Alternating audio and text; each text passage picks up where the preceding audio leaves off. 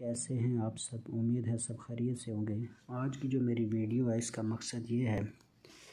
मेरा जो 9 साल का सऊदी अरब का एक्सपीरियंस है आउट ऑफ कंट्री का,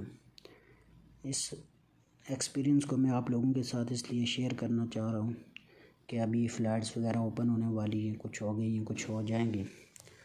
और ख़ास करके ओवरसीज़ यहाँ पे जितने भी इंडियंस, पाकिस्तानी, बंगाली, उर्दू स्पीकिंग, नेपाली ये लोग हैं,